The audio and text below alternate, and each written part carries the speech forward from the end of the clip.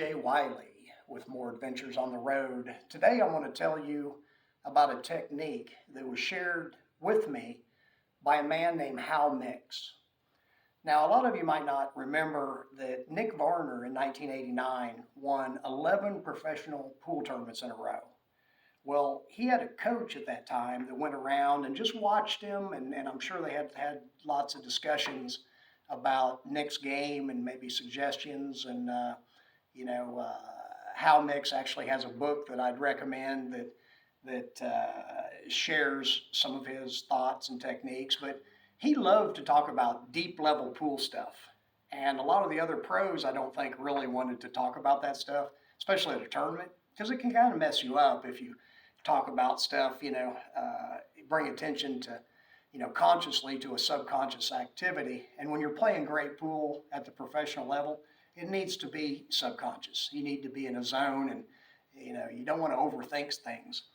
But I always enjoyed talking about, the deep level techniques and systems and fundamentals. So Hal and I would always, when we were at the same tournament together, we'd sneak off and get some coffee or lunch or something like that. And I really enjoyed talking with him. Well, one day he came to me, and we were by a pool table by ourselves. And he said he wanted to show me something. And he had a twinkle in his eye. So I knew it was something important. So I'm going to show you what he shared with me, because it's helped me a lot. And it will maybe give you some extra understanding and knowledge about how the stroke works and about the follow-through and how it is essential to understand for great cue ball control. So what he did was he told me there's two different distinct types of strokes. There's the pop stroke. Now the pop stroke is more like you're popping a whip. So your hand comes back and returns, and the tip of the whip would pop like the tip of this cue pops. So your hand just comes back and returns, basically like a stop shot. The follow-through will be 2 to 4 inches, pretty much. Now the other type of stroke is the extension stroke. Now it will go out anywhere from 4 to 8 inches. I mean, sometimes further it can. A lot of the follow through also depends on the speed that you hit the ball. So if you're hitting a big draw shot and hitting it hard, you don't try to stop the follow through. So there will be more of an extension, but it's more of a pop type stroke. So anyway, once you know these two themes, there are 4 variations on those themes. Just like I use 2 alignment positions, and then there's 4 angles off of those 2 alignment positions, which are center to center and center to edge. I've explained that in some of my past videos, and I'll get more in detail about this stuff. But basically, there's 2 themes and 4 variations on a lot of different things in pool. The banking as well, and my tip banking secrets shows that on my website. So anyway, he set up these 2 shots. He put a ball out at that diamond. Now I'm going to set up these as close as I can get to the same. I'm going to cue it high to the right as close as I can to the same. But my main thing is I want to show you the difference between the pop stroke and the extension stroke as far as what it does to the cue ball.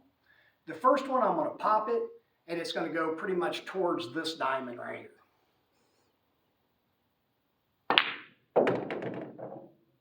Okay, I had a little more extension, but you see it went, pretty much towards that diamond.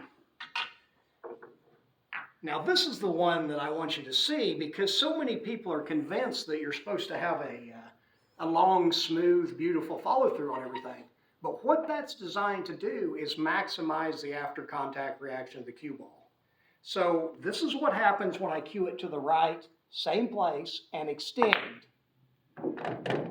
See how it goes down towards this diamond?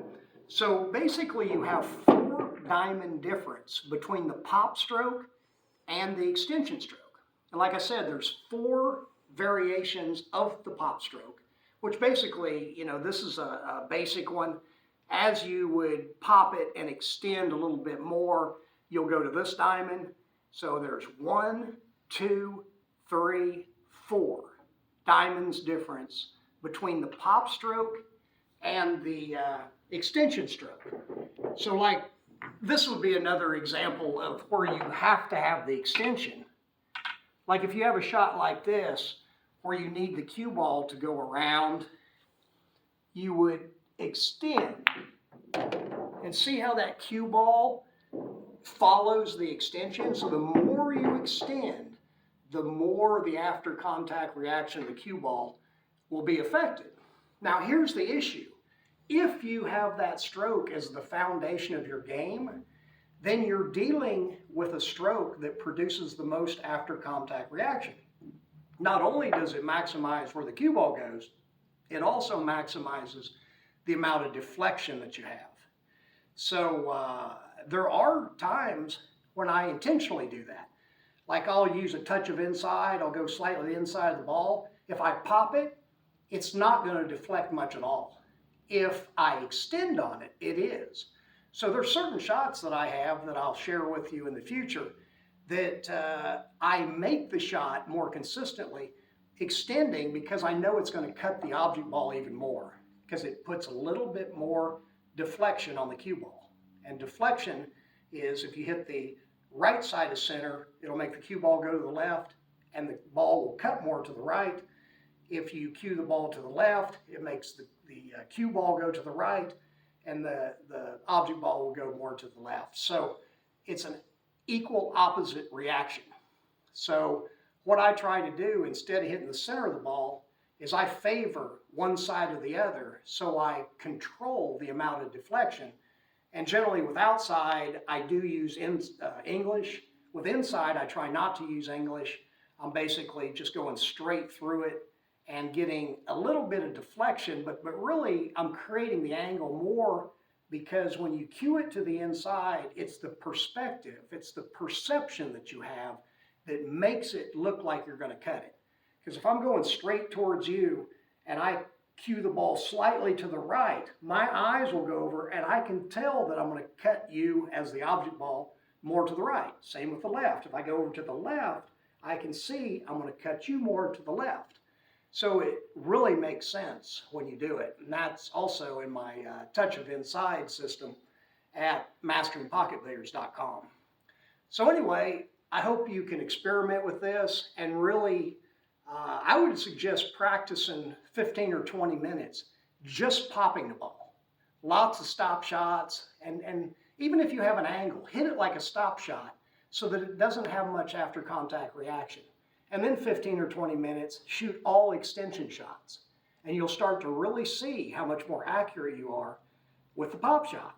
So when you're running balls, especially rotation games, you want to acclimate your game to be able to hit the pop shot as much as you possibly can because that leads to more consistency and your cue ball control will be better too.